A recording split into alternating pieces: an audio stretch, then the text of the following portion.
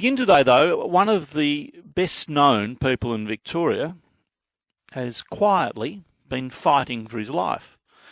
Now, I've been aware of this since last year, but he requested privacy, and of course I honoured that request, though I do know that some of his friends thought they'd said goodbye to him.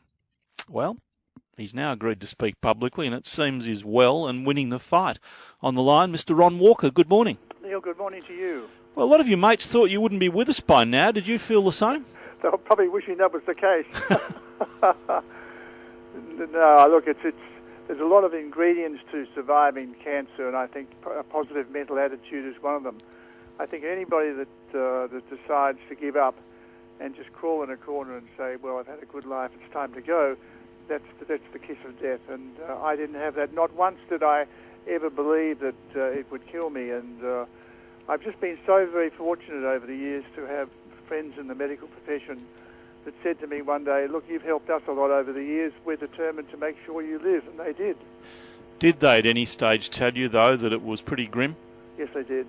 What'd they tell you? They told me to go home and tell Barbara that I should get my affairs in order because I wouldn't last to Christmas, that wasn't to be, because there are some wonderful new drugs out there in the world, and one was particularly being hatched in Los Angeles by a pharmaceutical company called Merck, and I was able to get through all the red tape and start an infusion program using that drug, and with the help of Grant MacArthur, it's Peter McCallum, who's been wonderful, a great researcher, this man.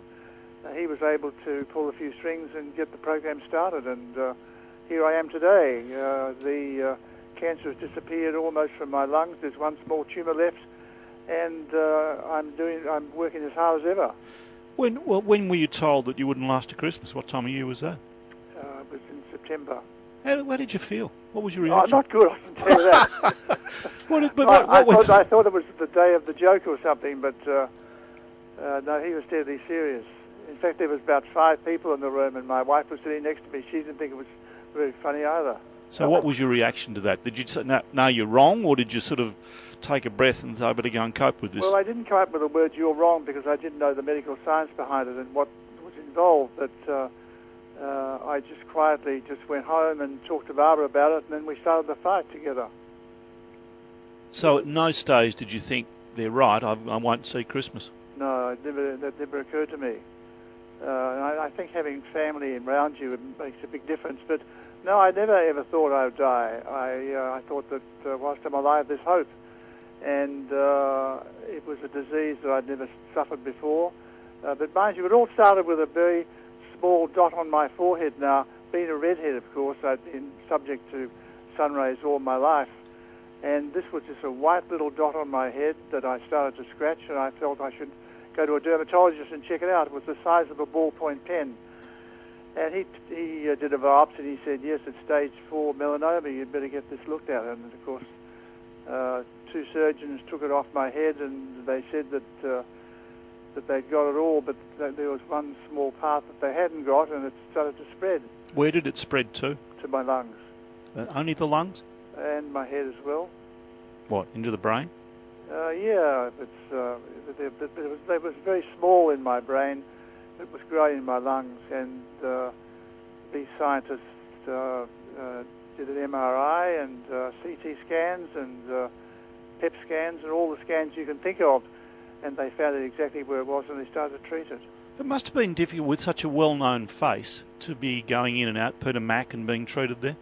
I think the worst thing was having the radiation, but I pleaded with them not to disturb my hair. I'm such a vain person, you see. And, of course, my hair fell out, and I was very embarrassed about that. And I think the photograph in The Age with Ted Beatty when we launched the Grand Prix was a very telling example of a guy that looked sick. And it took a lot of wearing down, I can tell you that. Did you feel, what was the emotion? Sad, angry, disappointed, any of the why me stuff? What was the reaction? No, never once did I say why me, because I'd heard that said before by a lot of people, and it's quite stupid to think like that. I always knew there'd be a way out of it, and I was just, as I risk of repeating myself, I was lucky enough to know the right people at the right time that was able to help me. But that doesn't mean to say that I had exclusive treatment. Some of your listeners out there that do have melanoma, they will be able to get this drug very soon, and believe me, it does work. So it's an experiment. It was an experimental drug, though, when you went onto it? Well, it still is an experimental drug, but as I understand it from Grant, that it will come off the experimental list in the not-too-far distant future, and it will be available to everybody. So, and you were flying across the United States for a while. That must have been awful when you were feeling bad? Every 14 days.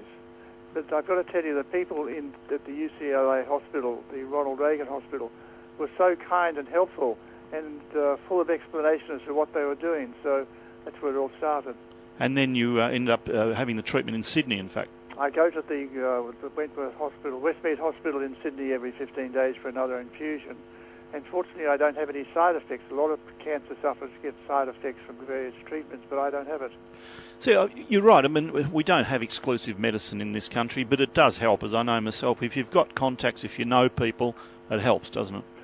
Well, it does, and indeed, cancer drugs cost a lot of money, and I've spoken to Tony Abbott about this, and I'm sure that he'll come up with an announcement in the not-too-far distant future about further subsidies to cancer sufferers.